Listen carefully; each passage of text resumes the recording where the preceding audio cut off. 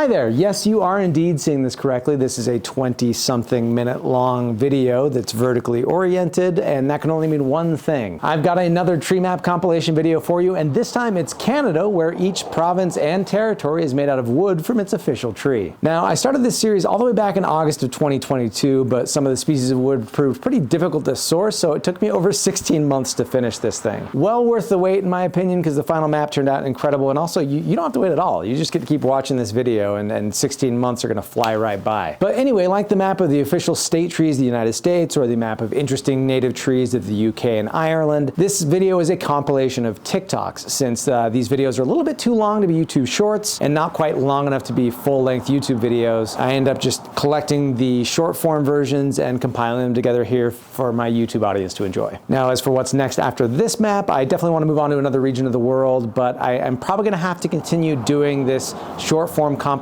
style. Unless my US map volume 2, which is a full-length YouTube series, starts to really pick up, then I think I'll have enough confidence to be able to do other regions of the world in a full-length YouTube format. Anyway, all this to say, sorry for the weird formatting. I know it's not ideal, but head over to my channel to watch regular stuff too. There's a lot of fun stuff going on. I've kept you here long enough. Enjoy the map of Canada's official trees. Oh, Canada. All right, it's time for tree map number 3, and I've got a nice big piece here because easily the most requested region to do next was Canada, so let's head north. If this is your first time seeing one of my tree maps, what I'm going to do in this series is make a map of Canada using wood from each province and territory's official tree, starting today with the great province of Ontario, which in 1984 designated the eastern white pine, Pinus strobus, as its official tree. A majestic conifer that's the tallest tree native to eastern North America, it typically grows to about 50 to 57 meters or 160 to 190 feet tall, and in pre-colonial old-growth forests, it's reported to have reached heights of over 70 meters or 200 feet. Named the Tree of Peace by the Haudenosaunee, the eastern white pine has long been an important tree to the First Nations people within its range. Its many traditional uses include making a tea from its needles that's rich in vitamin C. The inner bark is edible and can be used to make a flour or additive to stretch other products. Its resin is used to waterproof items like baskets, buckets, and boats. Its lightweight yet strong wood is also extremely useful, and when European colonizers arrived, they prized their long straight trunks to make masts for English ships and to build major cities. As many white pine forests in southern Ontario were cleared away, it exposed a sandy layer below in which nothing would grow, creating vast desert-like lands called the below sand areas, a real ecological catastrophe. Reforestation began in the 1920s, and while a functioning ecosystem has since returned to those areas, the eastern white pine has had a more difficult time recovering in them. Fortunately, several parks in Ontario have been designated to protect the remaining old-growth white pine forests, with the Obabika stand perhaps being the largest remaining in the province. And with that, our first piece is done and up on the board. Let me know your favorite spots to see old-growth eastern white pines, and tell me which province or territory we should do next.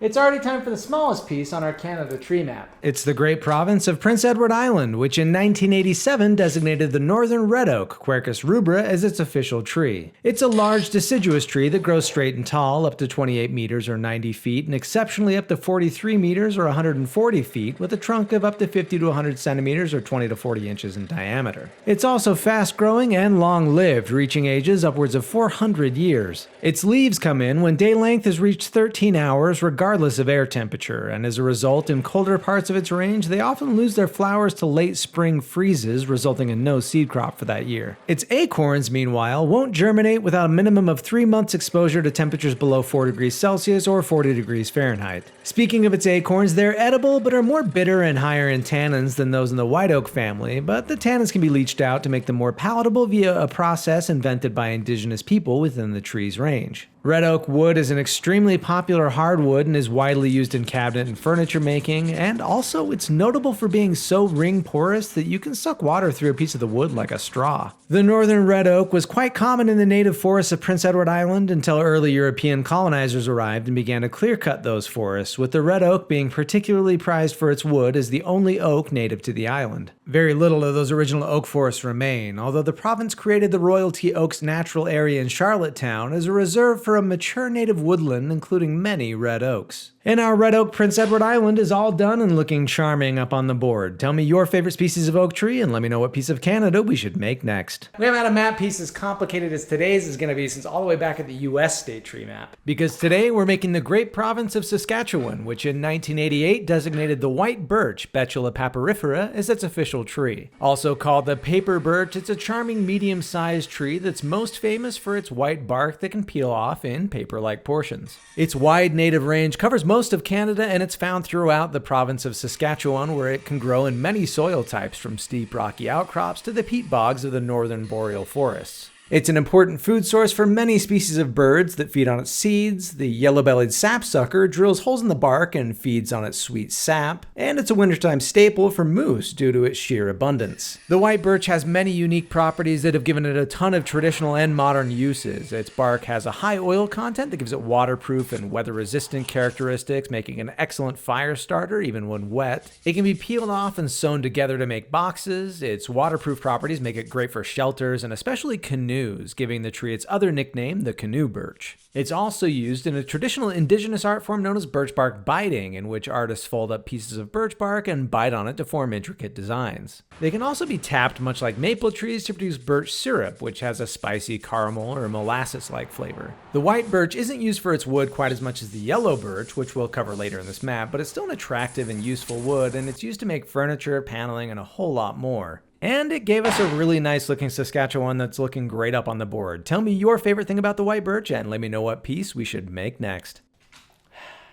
Doesn't get much better than that. Up next is the great province of British Columbia, which in 1988 designated the western red cedar, Thuya plicata, as its official tree. A majestic staple of the Pacific Northwest, the western red cedar has a host of deep cultural and practical ties to the region. Where it grows best in moist areas, usually found from sea level up to 1,100 meters or 3,600 feet, with some stands found much higher. A large evergreen conifer, it ranges up to 45 to 70 meters or 150 to 230 feet tall, with a trunk diameter of 2.5 to 7 meters or 8 to 23 feet. They're also exceptionally long-lived, with some trees reaching well over 1,000 years. Its flat and scaly needle-like leaves are aromatic, smelling kind of like pineapple or chamomile when crushed, and their small cones release tiny papery seeds about 6 months after pollination in the fall. Also, like all North American trees called cedars, the western red cedar isn't a true cedar of the Cedrus genus, which is why red cedar is usually one word or hyphenated. It's an important tree for a variety of wildlife who browse on saplings in the wintertime, nest in large trunk cavities, and/or feed on the tree's seeds. The tree is extremely important to the indigenous people of the Pacific Northwest, with some tribes referring to themselves as the people of the red cedar, and many calling it their tree of life. Its bark is carefully harvested from live trees in long strips and can be woven into baskets, rope, clothing, rain hats, and more. But above all else, it's the tree's wood that is most prized. It's lightweight, easy to work with, high in a chemical that acts as a natural fungicide, making the wood extremely rot resistant, and let's not forget how aromatic it is. I mean, it smells amazing in my garage right now. It's traditionally used to make all sorts of things like housing and tools, boxes, canoes, instruments, and ceremonial items like totem poles and masks, and a whole lot more. There's also a long tradition of curing and cooking fish over open red cedar fires.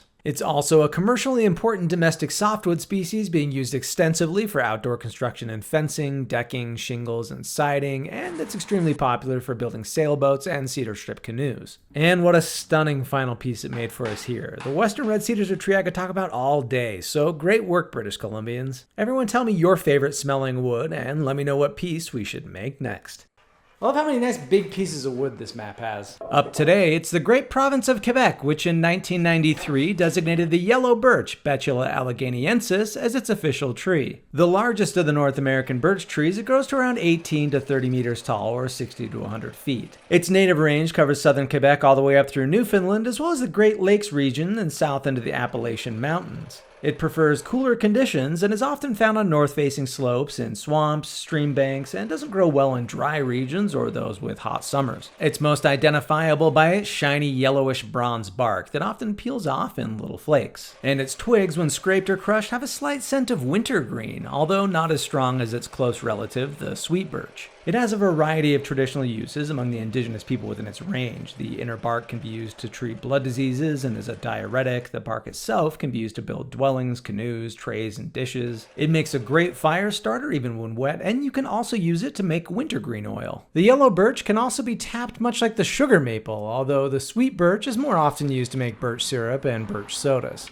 It's considered the most important species of birch for lumber, and it's the most important hardwood lumber tree of any kind in eastern Canada. Its wood is attractive, closed grain, relatively strong and heavy, and it's used to make everything from furniture to flooring, doors, and especially veneer and plywood. In fact, most wood sold as birch in North America comes from the yellow birch. It can also frequently feature excellent fungal spalting patterns like the one we see here. This piece turned out so cool, and it really filled out a nice big section of this map. We're making some great progress already. So tell me what kind of tree has your favorite bark, and let me know what piece we should make next. I'm super into how much this piece of wood looks like moody weather. I mean, look at it. It's all moody. Up next is the great province of Alberta, which in 1984 designated the lodgepole pine, Pinus contorta, as its official tree. A common pine in much of western North America, it appears as one of several subspecies that ranges from a small shrub to towering specimens reaching 50 meters or 160 feet high. In Alberta, the tree is found in its western mountains and foothills, ranging from the southern border along the Rocky Mountains, with even some isolated pockets as far north as the northern border. The name lodgepole pine comes from the custom of indigenous North Americans using its tall, straight trunks to construct lodges. These long, straight logs are also popular in constructing fences, posts, log cabins, railroad ties, and telephone poles. Interestingly, the tree's scientific name, contorta, means twisted or contorted, as it was given that name by botanist David Douglas while observing the West Coast subspecies, which often grows as crumholtz or a twisted, stunted specimen. In recent years, the lodgepole pine has been hit hard by the mountain pine beetle, as well as blue stain fungus, which the beetle carries in its mouth. The beetle, which is native to North America, normally serves an important part in the life cycle of the forest by attacking old or weak trees, but a combination of hot, dry summers and mild winters, as well as poor forest management of earlier decades, has led to an unprecedented outbreak destroying approximately 88 million acres of trees in western North America. And as you can see from the blue fungal stain here, this piece of lodgepole pine came from a beetle-killed tree, giving us frankly some gorgeous wood that's a reminder of how much we need to properly care for our forests and ecosystems. And I gotta say, Alberta is looking excellent up on the board, fitting in nicely between its neighbors. So tell me which piece we should make next. It only took nearly 3 whole months, but finally found some more wood for the Canada map. And it's time to head north and make the great territory of the Yukon, which in 2001 designated the Subalpine Fir, Abies lasicarpia, as its official tree. The most widely distributed fir in North America, it's found primarily in mountainous areas spanning nearly the entire north to south length of the western United States and Canada. And it thrives throughout the ruggedly gorgeous Yukon interior, from the southern part of the territory all the way up to the tree line. It's a medium-sized evergreen conifer that grows in a narrow cone shape, typically reaching 20 meters or 65 feet tall and as much as 50 meters or around 165 feet.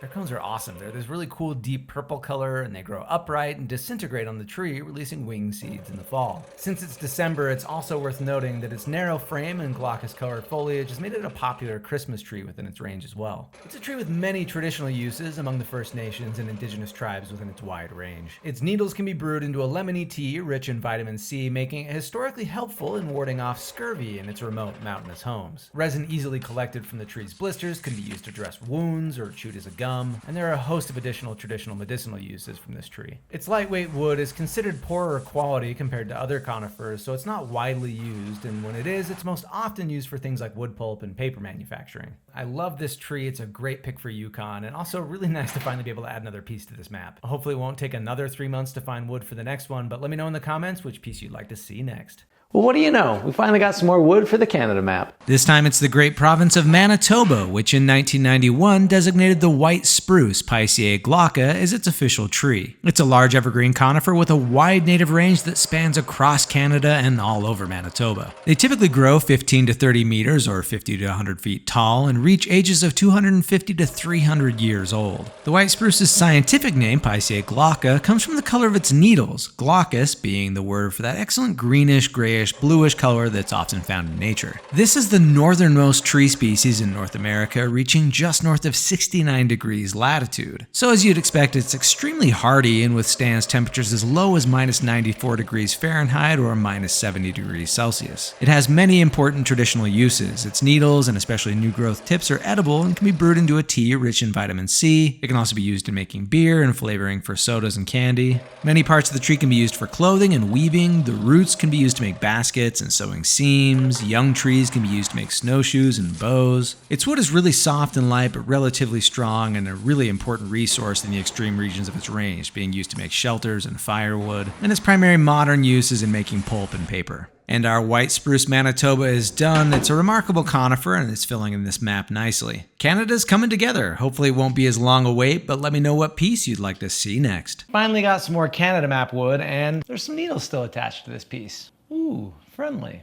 Up next, it's the great province of New Brunswick, which in 1987 designated the Balsam Fir, Abies balsamea, as its official tree. A small to medium-sized evergreen tree native to eastern Canada, they tend to grow in cooler climates and in areas with consistent moisture, like swamps, slopes, and mountaintops. And it's the most common tree found in New Brunswick. Like all firs, the balsam fir grows flat and soft, needle-like leaves, and cones that grow upright and disintegrate to release wing seeds in the fall. This tree is one of the most popular Christmas tree choices around, thanks in no small part to its strong and iconic fragrance. The balsam fir is also a tree with a lot of traditional uses among the First Nations people within its range. Its edible needles are rich in vitamin C, its resin can be used to produce an antiseptic ointment or to treat itches and rashes. Steam from its fragrant branches can be used to treat rheumatism, colds, and coughs. Its inner bark is used to treat chest pain and pulmonary troubles. This is all just barely scratching the surface. There are really so many medicinal uses for this tree. Its resin is also used to produce Canada balsam, a substance that once dried becomes invisible and has an optical quality similar to glass. It was used to repair cracks and scratches in eyeglass lenses, to glue microscope slides together, and many other applications before it was eventually phased out in favor of synthetic resins. Its wood is soft and lightweight and primarily used in paper manufacturing and some construction applications. Huge thanks to Kevin who sent this piece my way. It made for a lovely New Brunswick and it's looking great up on the board. And we are slowly but surely making our way to the end, so tell me your favorite species of fir and let me know which piece you want to see next. Finally down to the final four on the Canada map. Up next, it's the great province of Newfoundland and Labrador, which in 1993 designated the black spruce, Picea mariana, as its official tree. A true symbol of resilience, it's a tree that thrives in harsh climates and is found in all 10 provinces and 3 territories of Canada. It's found throughout the diverse and beautiful ecosystems on the island of Newfoundland. From its peat bogs, the tree is also sometimes called the bog spruce, to its dense forests and coastal regions. It's also the most common tree found in Labrador, where it also features on the region's unofficial flag. Speaking of ecosystems, it's a dominant tree in boreal forests, and in those regions can sometimes grow in really funky looking stands called drunken trees, where thawing permafrost causes them to tilt at various angles. The black spruce is considered a pioneer species on wildfire sites, as the heat of a wildfire causes the tree's cones, which are the smallest of any spruce tree, to gradually release their seeds, which germinate most successfully on this newly exposed mineral soil. Although the increased frequency and severity of today's wildfires is threatening the future of the species. The tree also holds a deep cultural importance in the province. Traditional indigenous uses include using its edible needles as a crucial source of vitamin C. Its roots are useful as a thread-like material, sewing snowshoes, canoes, and birch baskets. The smaller size of this tree means that its wood today is most frequently used to make pulp, though it's increasingly being used to make cross-laminated timber.